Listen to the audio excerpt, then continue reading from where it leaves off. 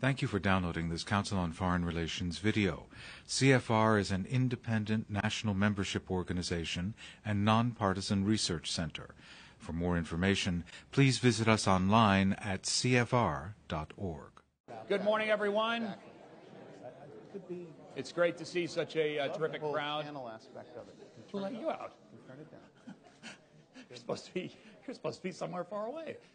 Anyway, it's great to see so many good friends here. I am John Hockenberry from stage and screen. I want to keep the introduction short. We all know each other here. I mean, I think the idea is to engage a conversation with the members, with the panel. You had a terrific conversation this morning, which really gives you a sense of the dimensions of technology's reach into communities that don't get coverage and the importance of delivering information from those communities. I think this is more of what Richard Haas might call a 36,000 feet discussion of maybe some more macro issues in the business. But we have people who can talk from ground level and from the sort of broad business end of what's going on in journalism right now.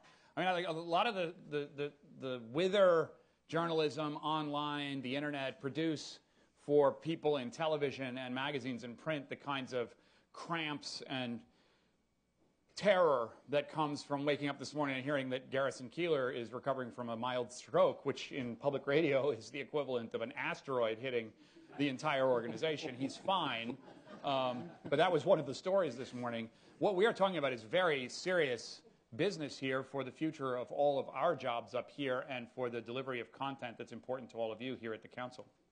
I'd like to begin by telling a story. Long ago, when I worked for a organization, National Public Radio, we were trying to figure out what our international coverage was, and there was a discussion that happened back in the 80s, the early 80s, about the possibility of using technology to deliver conversations from far-flung places, or places that felt and seemed far-flung at the time, across phone lines that weren't so gritty and hissy and difficult to decipher.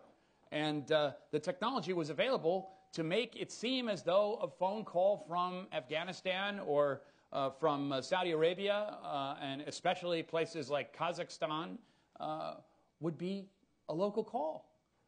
And people were interested in this idea, but all of a sudden the consensus was, but why would we want a phone call to Kabul, Afghanistan, to sound like a local call? We love the hiss, the sense of distance. Gives it a feel of exotic. Why would we want technology to do something like that? I mean, there's nothing more boring than a local call. Well, of course, in the 21st century, Beijing is a local call. Certainly, Baghdad is a local call, literally, for servicemen. It is a local call.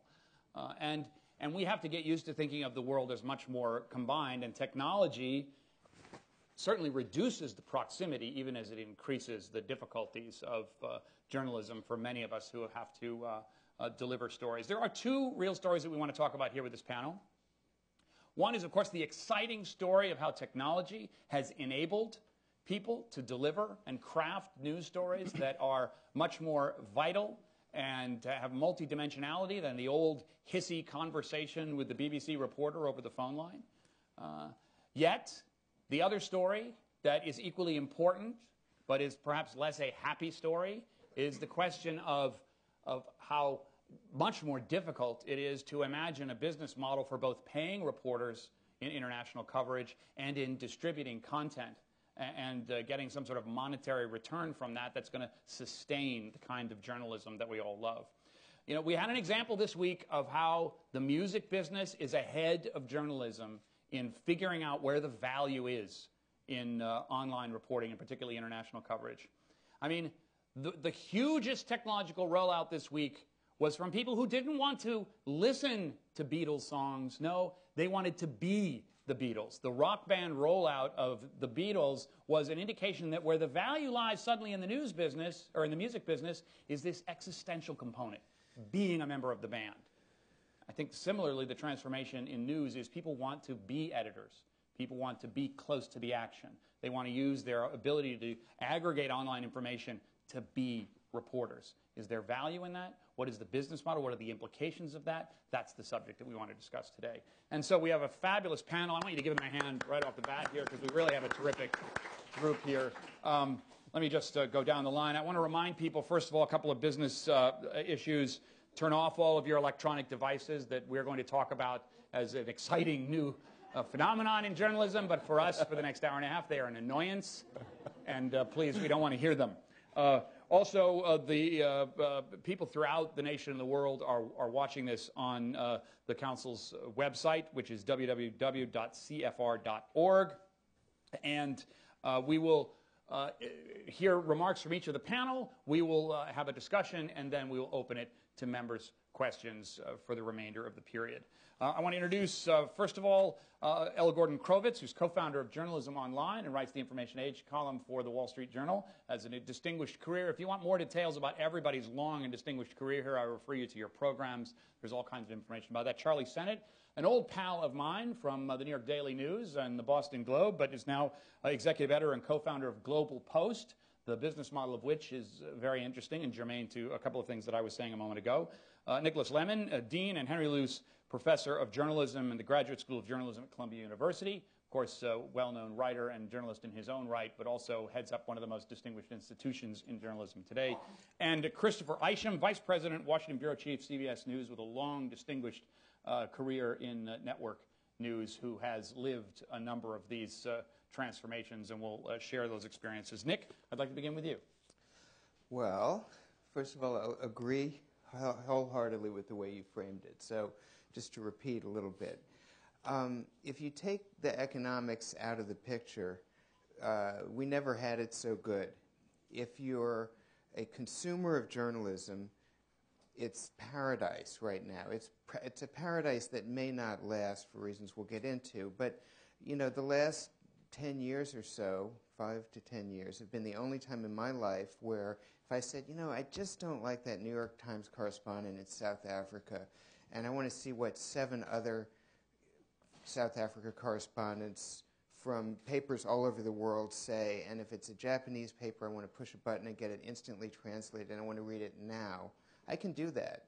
I, as a consumer of news, have more access to more overseas news for free at the touch of a finger than, I mean, it's incredible if you think about it, if somebody had told you you could do that even 10 years ago. If you're a producer of news, again, if you don't have to worry about money, and of course we all do have to worry about money, also, you've never had it so good. This affects us a lot at the school because we find that we can produce, our students can produce really unbelievably good foreign correspondence as students. If we can get them, you know, $1,500 or so and give them 3 weeks off, they can go anywhere in the world. They can do, you know, video, audio, print. They can publish websites, which we do a lot at the school, and some of them are about foreign affairs. So all the sort of barriers to entry are way, way, way lower than they used to be. So the money problem, which we'll spend a lot of time talking about, I want to start with the risk of offending some of my other panelists, particularly Charlie, with the supposition that there may not be a business model for overseas reporting. Or anyway, in journalism, very broadly speaking, it's not seen as, you know, the cash cow that drives the whole business of journalism. One hears on the rumor mill that Foreign Affairs magazine is so fabulously profitable that it keeps the whole council afloat. But that's kind of aberrational. I mean, if you remember... Yeah. It's an anonymous blogger, I think, who said that. You know, back in the 70s when Abe Rosenthal and his crew invented all those lifestyle sections in the New York Times to save the paper economically, much to the horror of the Village Voice press column and so on, that was proof that having, you know, the world's greatest network of foreign correspondents in one place didn't necessarily make for a profitable product. To be... and here I may offend other panelists like Chris. So let's talk about Edward R. Murrow for a second. You know, his first job at CBS News was in something called the Education Department. And this was before, way back in the 1930s, and there wasn't a news department. There was only an education department. And the reason there was an education department was that the United States, through the late 20s and early 30s, an effort led, people often don't know, by Herbert Hoover, made a decision not to do what most of the other developed countries were doing and have a state-owned broadcast system, but instead to have a private broadcast system. But if we were going to be aberrational in that way, we would place certain requirements on people who, private entities that got broadcast licenses, network owners, etc. And one of them was you would engage in public education. So that was why CBS had an education department. Or maybe it was because Paley just believed in having an education department. But a little bit of both. So one could argue, to be perverse, that the seed of broadcast news, particularly overseas broadcast news, lies in federal compulsion to do it, not in a market existing for it in the original sense, even though you guys have found ways to make it pay for itself at least some of the time. There's a fascinating passage in William Shirer's Berlin Diary where he describes this moment. He worked for Murrow, Hitler's invading Poland and so on, and all these guys who are the education department of CBS Radio and whose job it is to book uplifting guests like ministers on the radio, suddenly say, wait a minute, we're all former reporters, there's this huge story breaking, why don't we just get on the mic ourselves and tell people what happened? And that's how the whole business started, almost by accident. So we'll have much subsequent discussion of business models, and it's a good discussion to have, but I'd just like to start the discussion with the note that we should entertain the notion that pure market forces will not, in and of themselves, support the kind of overseas reporting that our society and other societies in the world needs, and that if that's true, that should not be an insuperable barrier. We have lots and lots of important public goods that we've found ways to provide through means other than the pure market. So I just urge us all not to view the difficulty of supporting this purely in the marketplace as meaning that's the end of overseas reporting. So thank you, Nicholas. I have to say, personally, I'm glad that we have one more thing to blame on Herbert Hoover.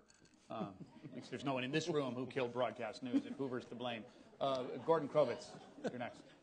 So I will get to a rugged defense of markets and why markets work and why markets will ultimately help support the kind of journalism we're talking about. But let me do it a little bit circuitously and start with an observation from Silicon Valley, which is now, as we all know, the center of the media universe. The largest media company in the world is based there. Largest advertising operation is based there. Google does not have a large news department, but it's an enormous media company. And one of the great observations from Silicon Valley is that whenever there's a change in technology that affects consumers, we always tend to overestimate the impact in the short term of that change in consumer behavior, but then underestimate the impact in the long term. So we all remember the early years of the internet, and newspapers were going to go away, and magazines were going to go away, TV was going to go away, and instead we got sock puppets and Webvan and other businesses that failed. Fast forward now 10 years later, and we're all still underestimating the impact of new technology and how consumers, readers, all of us are getting our news and information. We're getting it on devices that we carry in our pockets. By the time we see the next day's newspaper, I think many of us look at it and say, why is this all about what happened yesterday? I know what happened yesterday, creating a very serious problem for news publishers in all media, given the new choices that people have and the instantaneous communications that people have and the fact that data travel in real time everywhere in the world. Earlier in my career, I ran the Far Eastern Economic Review magazine, and we were putting together the 50th anniversary issue some years ago. And I went back through some of the files, and I realized that until the 1970s, the official price of rubber for world markets was the price of rubber in Malaya as reported in the Far Eastern Economic Review until the 1970s. So imagine that, where now the price of rubber in Malaysia is set in real time by Reuters and Bloomberg. It's unbelievable to imagine, and yet that has affected every part of how we consume information. But the bigger problem for journalism is not the challenge of consumers and readers, as big a challenge as that is. The bigger problem is inherent in a quote from a fellow named John Wanamaker, who 100 years ago built a department store chain in Philadelphia by using advertising in newspapers, revolutionized the idea of using advertising in that way. And he was asked, what's the secret of his success? And he said, well, it's advertising. The problem is I know half of my advertising is wasted. I just don't know which half. And that drove media for many years, this inability of advertisers fully to understand what advertising worked and what didn't work. Advertisers now have unbelievable choice. They can narrow the audience. They know what the return on their investment is. Mass media, as many of us grew up with it, is untargetable, mass, wasted, all these terrible things from the advertiser point of view. That's the business problem for journalism.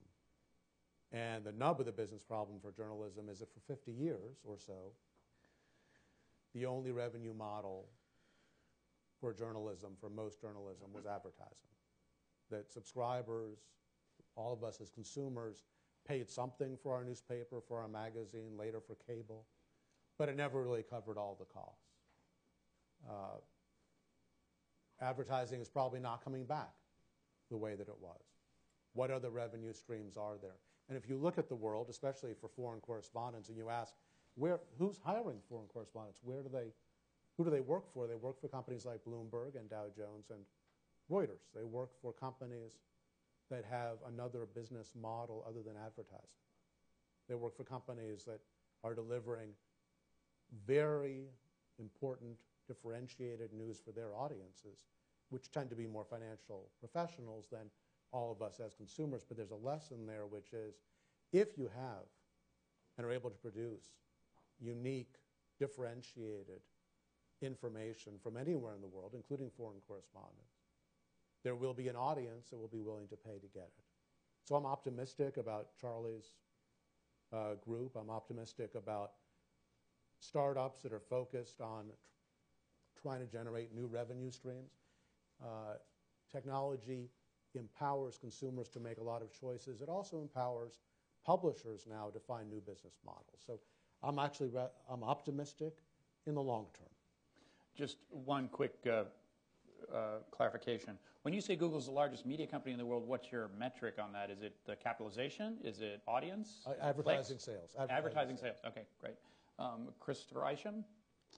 Well, speaking very much as representative of the old media, I guess I was thinking, it wasn't that long ago, it was only 1983, when I covered my first war in Lebanon. And the difference between what we had to do in those days and how we operate today is really stunning. And it's worth just enumerating in a second.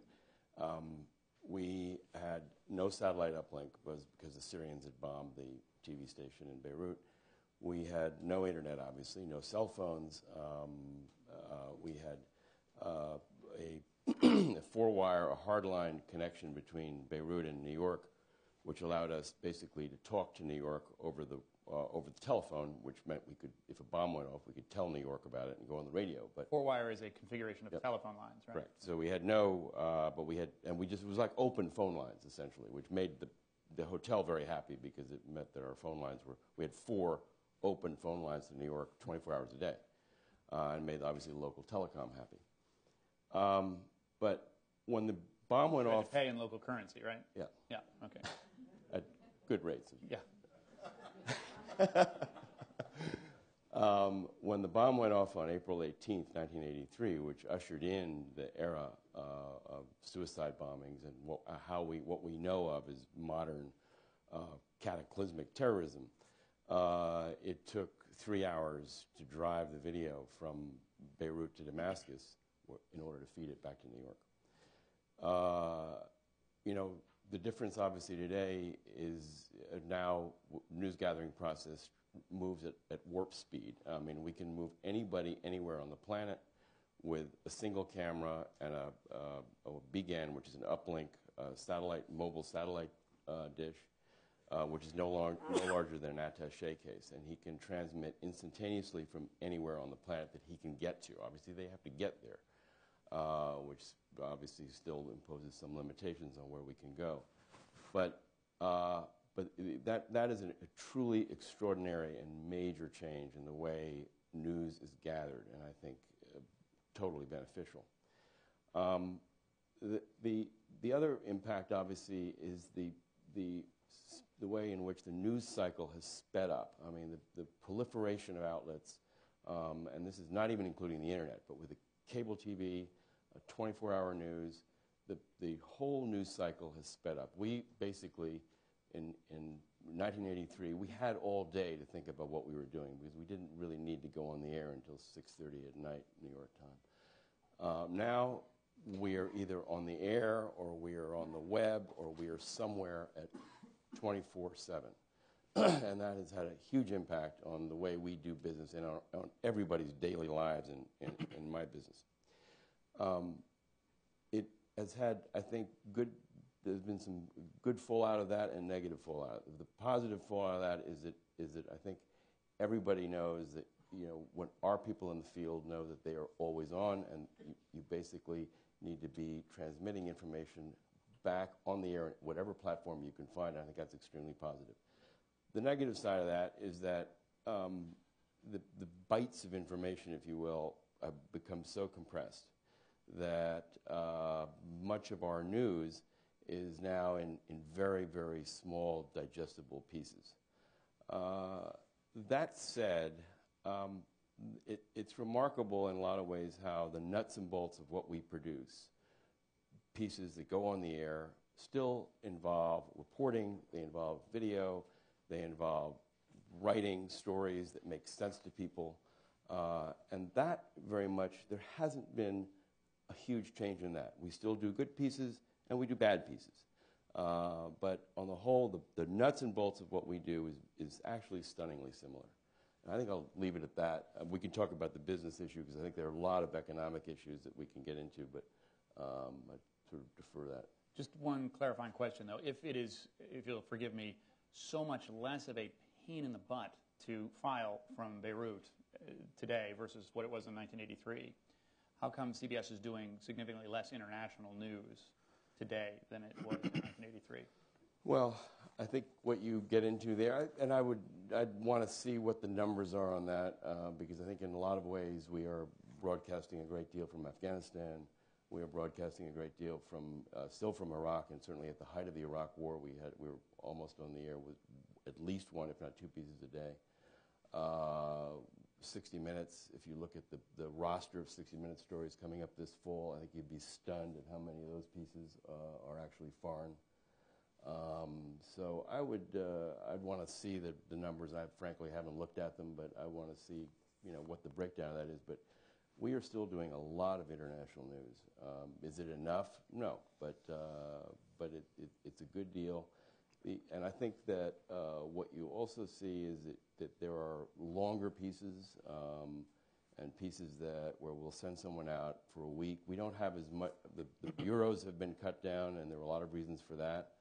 But one of the net effects of that is that we'll now send a correspondent out to go into a place like Afghanistan and produce 4 or 5 pieces for 3 or 4 different broadcasts. So we try to maximize it that way. So it's different, but we're still, I think, the commitment is still very, very much there. Thank you, Chris. Charlie Sennott, tell us about GlobalPost and if you'll be working there in 5 years. I intend to be. Thanks, John. I mean, a lot's been said about GlobalPost. It's nice to be up here and be able to tell you a little bit about it. It was said the other day that what we're able to pay foreign correspondents is so modest it's hard to get out of bed in the morning for it. Every great correspondent I know, it wasn't the pay that got him out of bed. And if it was, they were insane, because most of the foreign correspondents I know don't make that much, and never really have unless they were lucky enough to be at a network and really on a big contract. So the great work of foreign reporting has always come from people who were paid fairly modestly. That said, great reporting has great value, and great correspondents need to make a living, and they need to work and operate safely. And the one aspect of GlobalPost that I just really want to clarify is safety is hugely important to us. We have correspondents who are in Afghanistan and in Iraq, and we have very unique relationships with those correspondents where they have much more than our contract with them. They are surrounded by other resources that keep them working safely, and we make very certain that is the case. We insist that all of our correspondents in a war zone have had hostile environment training. We are very careful. When we had our correspondent apprehended in Iran and put in detention, we worked very hard, very diligently to get him out, and we did get him out. We take these issues very seriously, but I do want to explain what GlobalPost is, because I don't think a lot of you know. So GlobalPost is an online news organization dedicated completely to international news, and it is launched about 8 months ago, and we have 70 correspondents on contract as freelancers in more than 50 countries now. What we believe in is the idea that you have to live in the country about which you write, that you need to have that language skill, preferably. You need to be there. You need to have what we call ground truth. So we're trying to create a new model for correspondents who live in those places to have an outlet to write for an American audience. Those correspondents are a really interesting group. We're really lucky to have people like Carol Murphy, who is reporting for us in Saudi Arabia. She's a fantastic reporter. And I think of Carol as sort of the perfect example of the new foreign correspondent, because Carol had a great career as a Pulitzer Prize winner for Washington Post. But now Carol is writing a book, freelancing for the Christian Science Monitor and the GlobalPost, and therefore putting together a life where she can do really important reporting in a country that goes vastly undercovered and contribute to our site and to other places. She's becoming her own entity. It's about her becoming an entrepreneur on her own, in a way. And that's what we try to promote. What we pay will not, allow you to live. But what we will do is give you a core and a sort of base for a portfolio for you to build that out.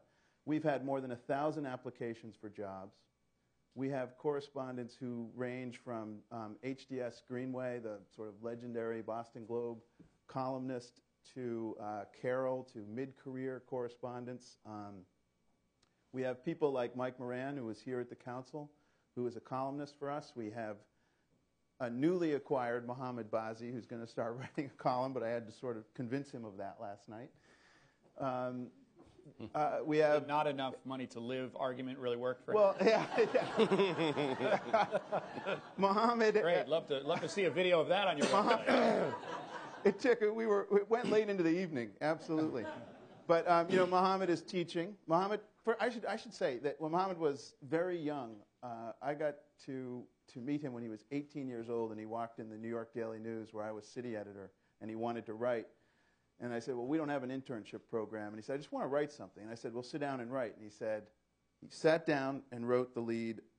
I grew up in 2 war zones, Beirut, Lebanon, and the New York City public school system. And I said, we just started an internship. I've never forgotten that lead, and I've followed Mohammed's career. He's incredible, and I really need him to be part of GlobalPost. And a lot of what GlobalPost is about the passion for foreign reporting. It's about loving it. I know we need differentiated information, but we also just need great storytellers in the world.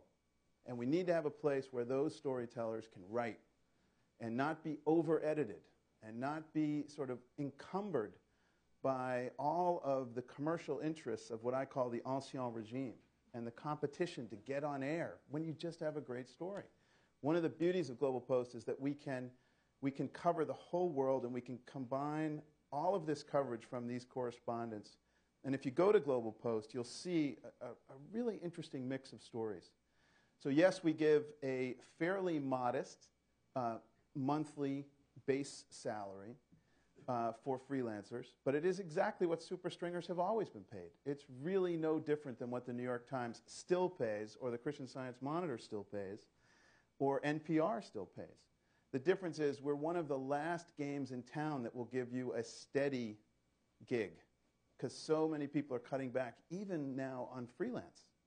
So we're finding we can build an incredible team of veterans, mid-career folks, and interestingly, very young people who are out there reporting for us. So the team is really what it's all about for us. But in that new model of foreign correspondent, we're also trying to say that the correspondents themselves need to be entrepreneurial. So we pay them the stipend that we pay them for a set number of stories, but we also give them 10,000 shares in the company. And this is a part of the model that I'm always fascinated that correspondents forget about it. Like Carol didn't mention it. You know, it's a big deal. This is giving you a piece of the future of a company that, if we make it, will make you part of that success. And we're trying to sort of say, this is genuine, we want you to be part of it. These shares are not paper, they have a cash value, and those shares pay out over time. So we need correspondents to start to think like their own entrepreneur, sort of with their own entrepreneurial spirit. Great journalists are always enterprising and entrepreneurial. We need them to think more about their careers that way, too, and we try to encourage that. At GlobalPost, the business model relies on 3 different revenue streams. So we are looking at advertising online, syndication with newspapers, and there are so many newspapers now that have cut back on their foreign coverage that we really think there's a decent play there for us. And also people, you know, are looking for other places for content right now, not just AP or not just Reuters. You mean subs, or you mean? I mean, we have, for example, the Newark Star Ledger, when Lockerbie went down, took our or the Lockerbie case, McGrahy, thank you, was freed. We had a really interesting story out of London written by Michael Goldfarb, formerly of NPR, who's a fantastic writer, and that ran on the front of the Newark Star Ledger. We did a big series in Afghanistan where we really invested in a special project called Life, Death, and the Taliban. That series was carried pretty much in its entirety in the Pittsburgh Post-Gazette, another affiliate of ours. So syndication is a very, very important part of our future revenue. And so is advertising, of course. But I think the most exciting one is Passport, which really tries to create a community where globalpost.com is free. Passport is a subscription model. It's very reasonable. And it brings you into the community. And it speaks directly to what you were saying, John, about how people don't want to just listen to the Beatles. They want to be the Beatles. We are trying to create, through Passport, an opportunity for the community that has a membership of Passport to be part of what we do. By paying as a member, you become a more intimate part of our community. And you can actually vote for stories to be covered in the world. We will put them up to the community, they will be voted on, and best idea wins. And we will then go out and cover that story. We will put you in touch with our correspondents in the field through conference calls. So you can actually talk to them about what they do, how they do it, what it's like. It becomes more intimate because it's a smaller community and it allows you that access. So we are... How much do you pay a freelancer for being on a conference call? I think we pay them $250 for the call. For the call? Yeah. All right. You've thought this through. Nice. Nice. Well, I want to get... Let me go ahead. finish one line. I won't ask you how much you pay for correspondents who you talk to in the field. Yeah. No, but I will... Zero. but I would just say in the end, GlobalPost is this exciting enterprise that you know, my part of it is that I have been a foreign correspondent and always wanted to be one and feel really lucky to have been able to do it. And I don't want to see it die. And the passion I bring to it is really the storytelling side. But I have a partner, Phil Balboni, who is the CEO and who wrote the business model. And Phil is a very rare combination of a great journalist and a great businessman. And there are not many of those out there in the world. And I think it's really important to say that it's that team of Phil thinking through the business side, and I'm trying to build the team of writers in the field. And I think together, you know, right. The odds might be stacked up against us, but it is a lot of fun trying, and I think it's really important that we have more eyeballs in the world. Charlie, thanks for that. You argue passionately. I really need to ask you, though, how is the Carol Murphy model, which you so eloquently described, of not being able to pay a living wage, where you have to work for the Christian Science Monitor, different from the Walmart model, where mom has to work at McDonald's at night after she goes home from Walmart and has no health care? Well, being a foreign correspondent's a hell of a lot better job than working at Walmart. Carol has tremendous skill. She's a great reporter. It's hard to find these jobs right now. I think the more accurate sort of description of what that's like is to be an artisan, to be someone who makes things. You're a craftsman. And if you can't, sort of get the same kind of jobs you used to get in a big production mill, and you're going to start doing piecework because you love the craft, that's Okay. more what it's like. And I think, Carol's working on a book. She's got a lot of offers because she has a very distinguished career. For our younger correspondents, it's just a chance to get out there and do it. And we become that base that they can rely on so they can start a career. So you're the mechanism, as Nick was talking about, the cost of entry has lowered. You're providing that portal of entry. All right. I want to give members a chance to question, raise your hands, and I'll call on you, and the microphone will come around. For me, personally, and you can think about this and talk amongst yourselves, for me, the chief question and concern, and we'll get a question from the audience, is whether this is a transitional period or whether this is, because you referred to the Wanamaker era, and when the Hearst Empire began, it was built on subs to begin with. It was built on the ability to project bylines and a certain kind of veracity and storytelling that attracted subscribers. So the idea that advertising always wins out over a subscription model has been in flux for more than a century. So the question is, are we in a transitional moment? And obviously, where are we going to land? But when do you think the transition will end, and how will it end is really of chief concern to me. But let's get a question from the audience. Raise your hand. Right over here. I'm Jerry Goodman from Adam Smith Global Television. We have produced many international specials, all on PBS. And the problem we found is that we had a highly edited essay form, like 60 Minutes without the budget of 60 Minutes. And the problem is always, how did we get the stations to carry them at a time that anybody would want?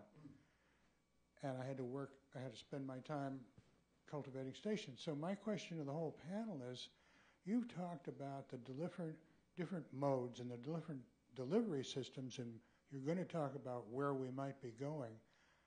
How are you going to get the audience? How do you carve out an audience to pay attention, even if you do beautiful work?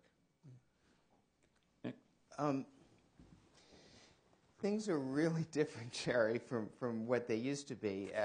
Some of us journalists remember this thing called the news hole that we used to fight to get part of. The idea was there's a very high barrier to entry in disseminating this kind of information. There's only a few people who can do it, and they have the ability to, as the economists would say, extract rents from people in exchange for that. And so you have, a few providers, and the precious thing if you're on the production side, if you're a working journalist especially, is to get space. Once you've got the space or airtime, the audience came guaranteed. Now, anybody can start a website and broadcast to a worldwide market, and so it's really a question of,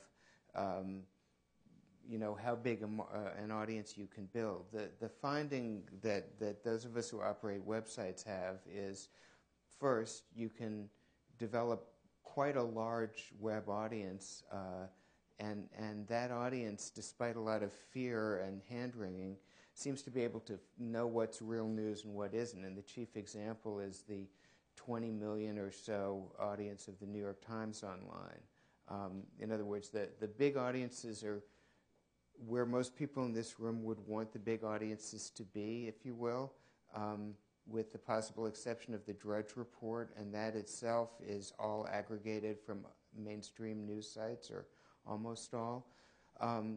To keep an audience, it's like, I don't know if any of you remember from your children these things called Tamagotchis that they confiscated in schools, where you'd have to, quote-unquote, feed them every 3 hours or they would die. It's your secret friend as LCD. Yeah, Yes. so that's the experience if you operate a website. it's very easy technologically to put up a fabulous piece of journalism. A little bit harder.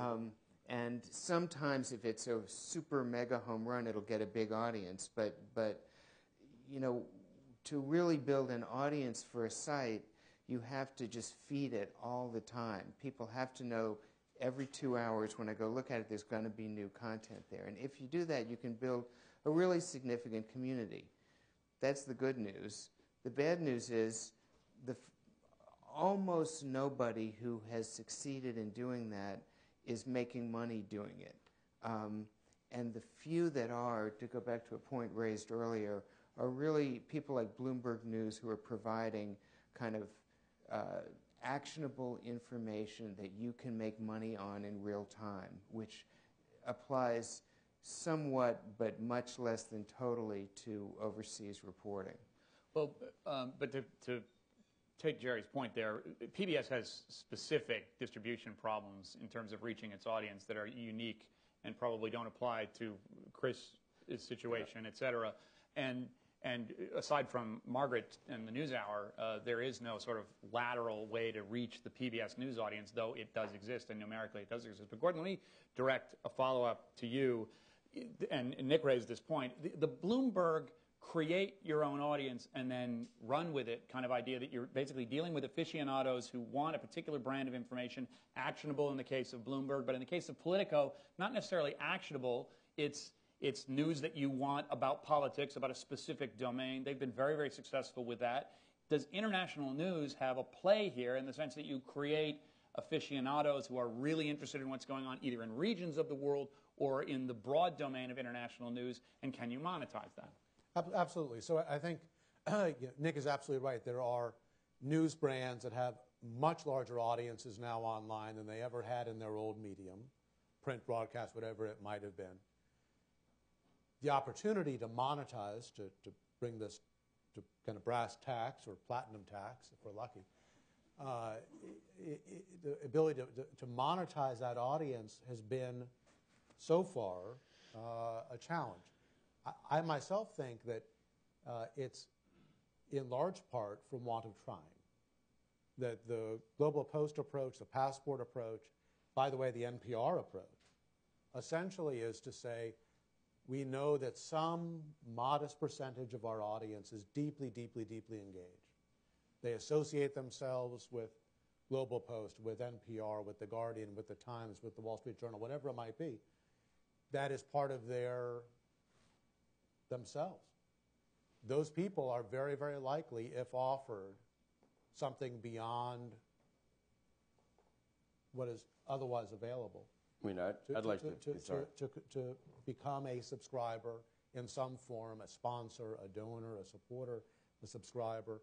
And I think the web is this enormous audience where for virtually any news brand, if you could imagine 10% of the monthly online unique visitors to those brands paying $50 a year, $100 a year, would not solve all the problems, but it would certainly alleviate a large part of the problem. Well, the public radio pitch for that is feel better about yourself and give, because it's not free. Now, in the real business world, that is like there are 10% who are suckers, and then there are 90% who get it free. Well, so let me give you, in my role defending the market and not treating consumers as suckers, there are models in the world which are increasingly common, where websites, for example, will allow people to read 10 articles a month for free, and then after that, people are asked to pay more for them. In other words, people who are sort of a casual user of a website, maybe forever will access it for free, but that 10% or so who really want everything from that brand. It could be a Chinese language newspaper based in Hong Kong that is free in Hong Kong, but they charge people in San Francisco and Sydney and London and Toronto where they live to read it. There are many models like that. They're just beginning to get tried. And I would predict, if we come back in a couple of years, that this will be one of the rare bright spots of revenue generation, which, as Charlie and his team, I think, are showing, one of the beauties of that approach is it's not just reliant on advertising. The editors, the producers, the publishers can focus on the user and what the user really values. And that is much more exciting, I think, for journalism than hoping that the advertising market comes Christopher, back. you had something to say? Well, I just wanted to, this isn't responsive to the web issue, but it is, I think our experience has been, I don't think there's any question that there is an audience out there for international reporting and international news. I mean, again, to cite the 60 Minutes example, I mean, 60 Minutes maintained a very high level of reporting, continues to do serious reporting on everything from credit default swaps to the war in Afghanistan, and they remain in the top 10 week after week after week. It's a hugely successful show, and it does have, there are some things that result of that, of many, many years of building an audience, which is a huge advantage it has. Its address is a huge advantage coming after football. Clearly it has advantages, but that said, they have maintained a very, very high level, and despite the fact they've lost a lot of their original cast, and it continues to do incredibly well. And so I think that, to me, it tells us that there is an audience out there if you know how to reach them, and you tell good stories, which is a great great part of this, I think. Quick thing, we'll get another member. Okay, just quickly, I agree completely that it really is about the great stories. And to answer your question directly about audience building, I mean, one of the most exciting things we have at GlobalPost right now is our audience and watching it grow. So we are growing at a rate of 35% a month for every month we've been around, which is all of 7.5 months. But we've reached 3 million visitors now to our site. We have, I don't know how much you want to get into the metrics of the web, but we could at some point if you want. But the short story is that we have managed in 7 months to build a community that's really interested in international news. And our metrics, and you can really study these with Google Analytics. You can know exactly how many times people are coming back, how many page visits there are, time on site on every story. And one of the most exciting metrics we see is a fully engaged community that keeps coming back, and when they come back, they engage deeply. And that says to me that the web can also tell us that people do care about international reporting, and they do care about great storytelling. Question right here from a member. Hi, Bob Lifton. This is more of an addition to Passport. There is a new technology now that just takes this whole thing one step further, and that is the ability to have unlimited numbers of people on a meeting, on video, on the web, including handheld devices, so that people can participate in watching news as it's taking place. Mm-hmm. And you guys can have people interviewed and talking to these people and charge for that specific group. And they can participate on their BlackBerries, they can participate on their handheld iPhones and all. Is that I mean, certainly we saw that in Iran on some level, Sure. and that was a sort of journalistic component. There are also, during the U.S. Open, you can see people reacting instantly to whether Melanie Oudin can come back or not, which has certainly news implications. Are these positive, monetizable things, Nick? I'm not seeing, I mean, we have a really big natural experiment going on here because the barriers to entry are so low, and we have at least 2 people on the panel with me are out there taking part in an up-close and personal way, which is great, and all applause to them. There's a pretty clear finding, I hate to say, so far from this very large, very distributed natural experiment, which is almost nobody is making money on online web journalism. So I'll return to where I began and say, you know, there's a very rich set of options available to a society if something is a public good and isn't supported by the market. And those would include, you know, a whole bunch of things that sit in the not-for-profit sector, a whole bunch of things that sit in the public sector, not limited to direct subsidy. And we should be exploring those as vigorously as some of my fellow panelists are exploring the other options. Specifically, do you think the issue sort of from the Hoover era to today would be a fee charged to all internet service providers that would cover this kind of phenomenon and pay people who provide news and information, like the BBC? Forces people to pay I a like tax on that radio? idea. Some of my colleagues and I are working on a big kind of report on the future of journalism, which will be out in about 6 weeks from now, 5 weeks from now. The lead author is Len Downey, ex-editor of the Washington Post, and his colleague is Michael Schudson, a scholar on our faculty. They'll be proposing a number of specific solutions, one of which is a variant on that. So I think that's a promising avenue. But just to go back to an earlier point, and it's a chance to do a shout-out, I mean, there's all sorts of people doing great stuff. I mean, you guys are doing great stuff. The fact that it's not all making money is a concern and something we should talk about, but let's not get off the idea that there's a tremendous amount of wonderful international reporting and domestic reporting being done right now. And the decline story, because of all the big metro papers cutting back bureaus, is not the only story. Shout-out time. One of our recent grads sitting back in the audience, Basharat Peer, has just published a wonderful book on his native Kashmir and has signed up to write a second one. One of his classmates, who some of you may have read about, Kelly Nicknajad, is putting out a wonderful blog called Tehran Bureau, which Fareed Zakaria recently called indispensable. You know, this is unbelievable stuff for people 2 years out of school. Kelly's, doing this out of her parents' basement. So they're all going broke, but they're doing it. So another way to frame the problem is, if we look at the miraculous technological and production possibilities, they're so much better than what we had before. Let's think about solve for that and find ways to pay for it, some of which may sit inside the market system, some of which may not.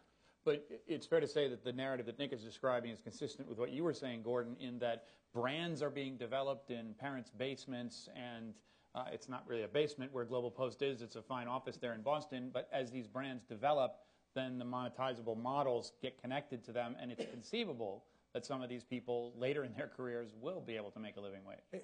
And I think, the business side of journalism is to some large degree at fault, which is to say, for years have undervalued the journalism by not charging very much for a magazine, for a newspaper, for other forms, and that's only accelerated on the web. And instead of communicating to people that there's no hope that the government's going to have to subsidize us, God help independent journalism if that ever happens. Instead, the message should be independent, authoritative, trustworthy journalism from around the world is valuable to people, and they shouldn't feel like suckers if they end up contributing to their favorite sources. And I think that is a sharp shift, surprisingly, but one that I think is very much needed. Member question, Bill? And then here in the center. Bill Blakemore, ABC News, Murrow Fellow in '84. A question for Charlie and Gordon, and really for all of you.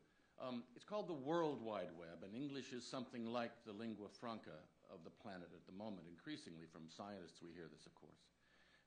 And so that raises an interesting question about who the audience now is. Yeah. Do you guys get any sense of whether you're beginning to build a global audience? Yeah. Can you measure that? And is that changing the way you work as editors and that your writers work as writers?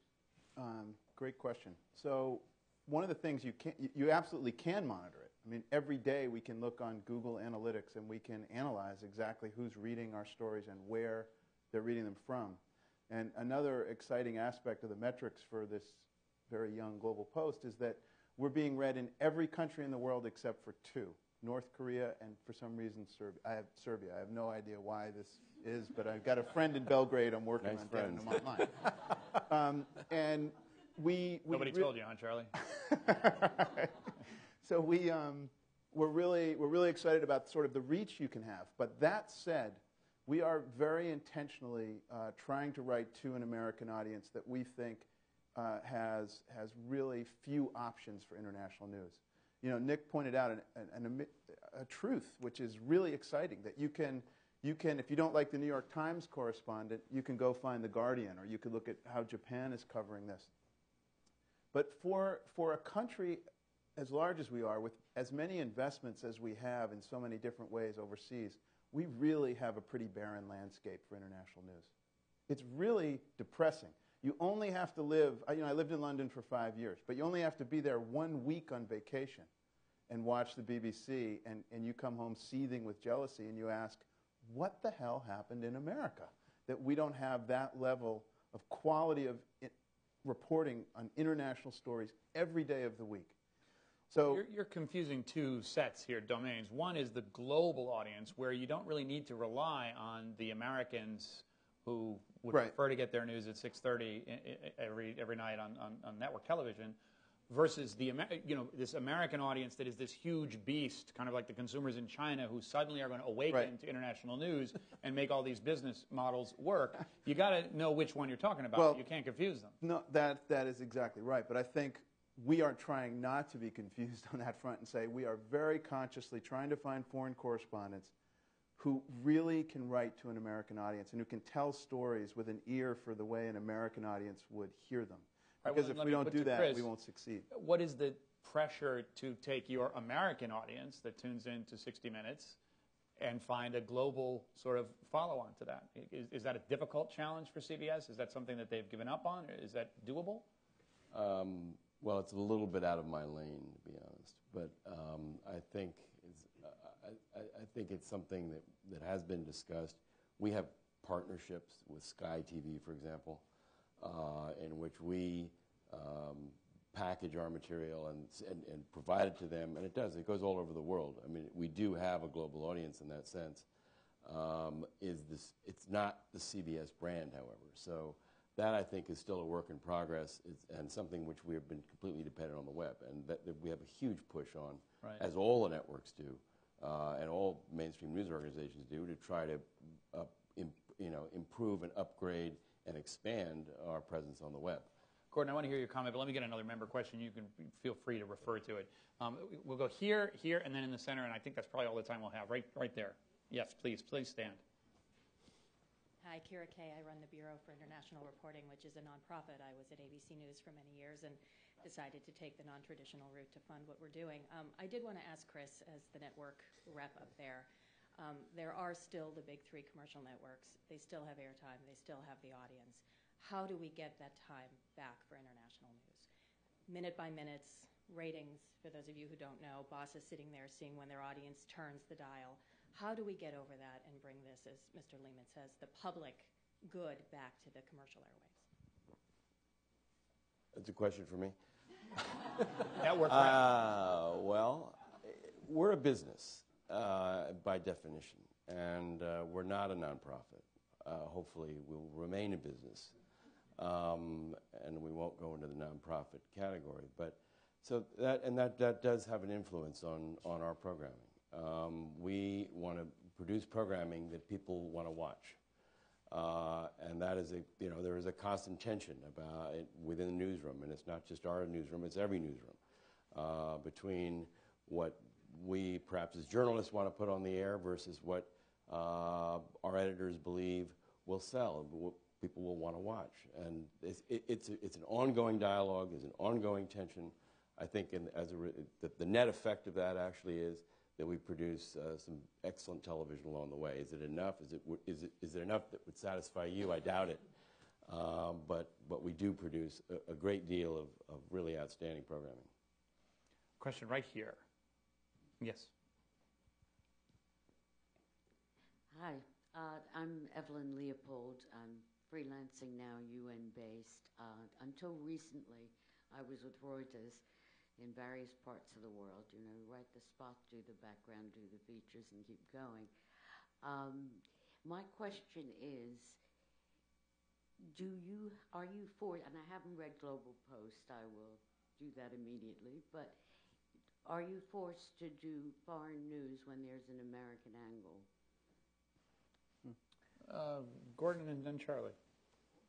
Does an American angle drive the coverage of international reporting and some of the brands that we've discussed? Yeah, I want to answer that question a little bit differently, which is to say that there are global brands that are read in the U.S. for international news that are not U.S. brands. So The Guardian was mentioned, the Telegraph, both sides of the UK, have got enormous online audiences, most of which are outside the UK, a lot of which are in the US. And people are reading those brands, I think, for, by definition almost, foreign news. They're not reading The Guardian for coverage of the Fed. Right? And they're reading those brands and The Economist and some other brands like that because they have a very distinctive point of view, perspective that is not otherwise available. And there's no reason U.S. brands can't emulate that approach, as some U.S. brands, and Newsweek in particular, are now trying to do to make their brands more distinctive, less like everybody else's reporting. And I think that is part of this technological change, that in the old days, it was all right for a brand to not stand for all that much because it was serving a geographical audience or a mass audience. Brands, I think, now have to stand for much more and to become more different from one another. But specifically to the question, does that mean jettisoning the American angle as you project the information so that this is a big, I mean, one reason, my own point of view, having spent about half my journalistic career outside the U.S., this is a big country. I mean, one reason we have to recall that people in the U.S. focus less on foreign news is this is a big country. The U.K. is a small country.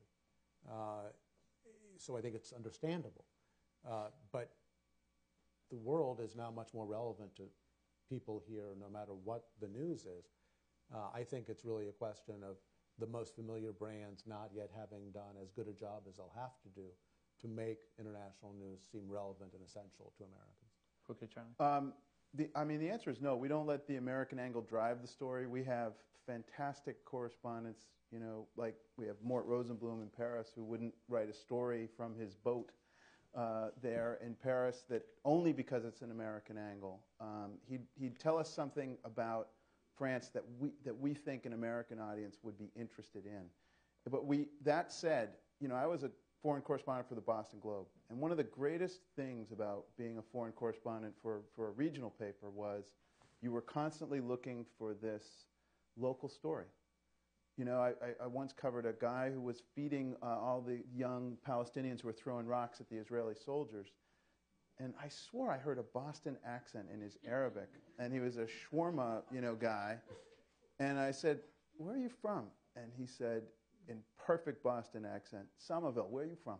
And I said, "Oh my God." So then you have this great local angle that you can get people who are Boston Globe readers into understanding what he's saying to these young kids and why he moved from Somerville to the West Bank and the hope he had for peace and how it dissolved. The local angle is a great way to invite people in, but we don't want to be so driven by American interests that we don't open our eyes to the world.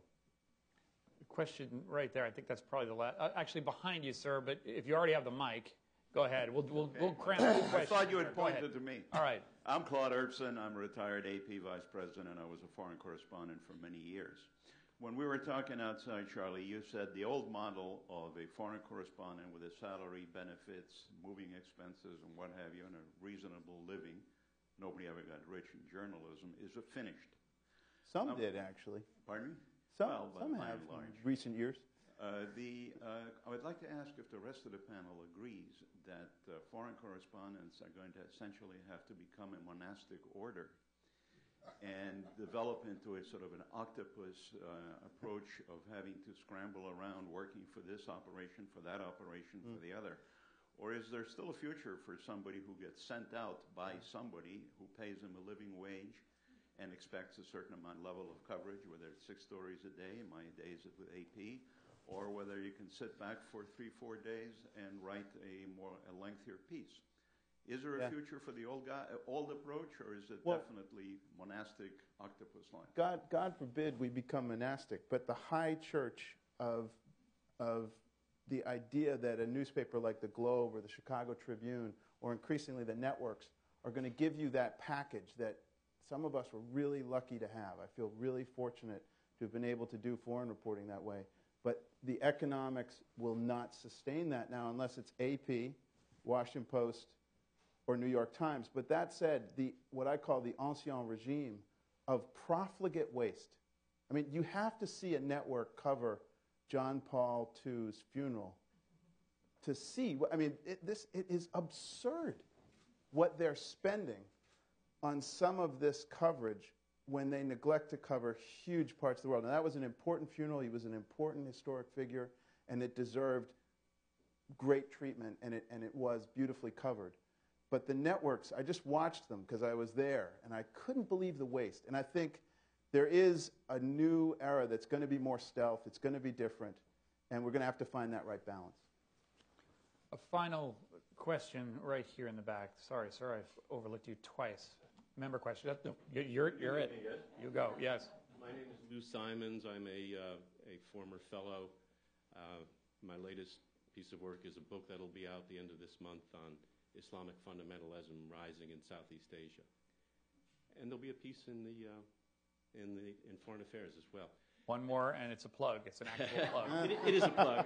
Right. Not a bad plug. But please continue. But it's for myself.